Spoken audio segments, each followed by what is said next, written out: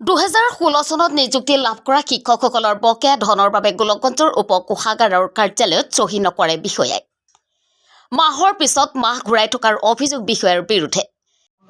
সমস্যা তাৰমানে চাওক আমাৰ 2016 যিখিনি এপইণ্টেড টিচাৰ আছিলে তেখেতসকলৰ এটা বেচিক পে' লৈ এনমেলিছ হৈছিল। সেই এনমেলিটো 2022 চনত মানে ফাইনেন্সৰ পৰা এটা অৰ্ডাৰ পোৱা গৈছিল আৰু সেই অৰ্ডাৰ মৰ্মে যিহেতু আমাৰ বেচিক পে'টো কমকৈ কাটি দিয়া আছিল সেই হিচাপত কিছু এৰিয়াৰৰ কাৰণে আমি নন ৰুৰাল ব্লকৰ পৰা লৈছোঁ। ব্লকৰ পৰা লৈ সেই নন ৰুৰালখিনি ট্ৰেজাৰীৰ পৰা কাউণ্টাৰ চাইন আমাৰ ল'ব লাগে। ইয়াৰ আগতো বহুতো গ্ৰুপে লৈ গৈছে কাউণ্টাৰ চাইন একেগৰাকী টিঅ'ই দি দিছে, গৌৰীপুৰতো দিছে, ধুবুৰীতো দিছে, যিমানখিনি কাম তেখেতে কৰিছে। কিন্তু ইয়াত কি হয়, তেখেত ইয়াত সপ্তাহত এদিন আহিলে আকৌ কি কৰে, একেখিনি কাম যিটো ধুবুৰীত কৰে ইয়াত আকৌ নকৰে, কিন্তু একে ধৰণৰ ফাইল চিগনেচাৰ কৰে। ইয়াত আহিলে কি হয়, তেখেতৰ এইটো কাগজ লাগে সেইটো কাগজ লাগে। আৰু এতিয়া নতুনকৈ কৈছে তেখেতে এটা অৰ্ডাৰ দিছে যে ইয়াত মই ফটো মাৰি লৈছোঁ, ট্ৰেজাৰী অফিচৰ পৰা দেখাই আছোঁ যে তেখেতে কৈছে যে আকৌ ডিঅ'ই কৰিব লাগিব চিগনেচাৰ। এতিয়া আমাৰ যিখিনি চেলাৰীৰ মেটাৰ বা এৰিয়াৰৰ মেটাৰ সেইখিনি ডিডিঅ' জানে আৰু ট্ৰেজাৰী অফিচাৰে জানে। সেইখিনি বস্তু ট্ৰেজাৰী অফিচাৰে ভেৰিফাই কৰিব পাৰে, কিন্তু ডিঅ'টো আমাৰ পইচা পাতিৰ বিষয়ে নাজানে, কোনে কিমান পইচা উঠাইছে নাজানে। তেখেতে লিখি দিছে, বাৰু মই সেইখিনি অফিচত দিম। তাৰোপৰি এটা কথা হ'ল কি, এটা গ্ৰুপে এটা আপোনাৰ চেংচন অৰ্ডাৰ লৈ আহিছে অলৰেডি ফাইনেন্সৰ পৰা, এইটো আপোনাক দেখাই আছোঁ, এইটো ফাইনেন্সৰ পৰা আনিছে। সেই বিলটো তেখেতে ডিনাই কৰি দিছে। এতিয়া ঘটনাটো তেখেতৰ খুব মইমতালি এটা চলি আছে আমাৰ গোলকগঞ্জ ট্ৰেজাৰী। নিজৰ ইচ্ছামতে খেয়াল খুচিমতে কামবিলাক কৰে। একে ধৰণৰ কাম বেলেগ এটা গ্ৰুপৰ কাৰণে কৰে, নাজানো কি খাতিৰত কৰে। কোনোবা এটা গ্ৰুপ গ'লে সেই কামটো তেখেত কৰাত অপৰাধ স্বীকাৰ কৰে। তো সেইখিনি আপোনালোকক জনাইছোঁ আৰু উৰ্ধ্বতন কৰ্তৃপক্ষ ইয়াৰ কওক, আৰু আমি এইটো যিটো কপি দিছে সেইটো আমি ডিষ্ট্ৰিক্টত জনাম। সেইখিনি কথা আপোনালোকক অৱগত কৰালোঁ। আৰু আপোনালোকে পাৰিলে এবাৰ যদি টিঅ' ছাৰ আছে আপুনি সোধক কিয় আপোনাৰ কামটো নকৰিলে বুলি। টিচাৰ মোটামুটি আমাৰ গোলকগঞ্জ ব্লকত 140-50 জন মান আছে। কিছু ট্ৰান্সফাৰ হৈ গুচি গ'ল। তাৰে এইটো গ্ৰুপৰ যিটো 24 জনৰ এটা গ্ৰুপ আছিলে, আৰু এটা গ্ৰুপ আপোনাৰ কিমান আছিল, 43 এটা গ্ৰুপ আছিলে। আৰু ছাৰৰ কি সমস্যা? মোৰ সমস্যাটো যে মই ইয়াৰ পৰা মানে মিউচুৱেল ট্ৰেন্সফাৰ লৈ গুচি গৈ এইখিনি যিখিনি আমাৰ এৰিয়াৰ পাব লগা আছিল সেইখিনিৰ কাৰণে আহিলোঁ।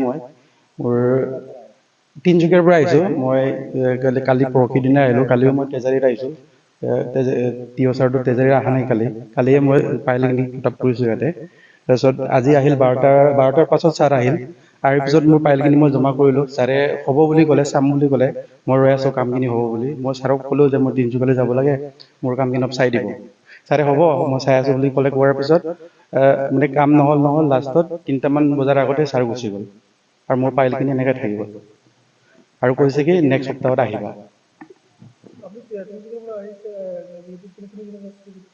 হয়, 3 দিনৰ ইয়েল লৈ কিনি আহিছোঁ মই।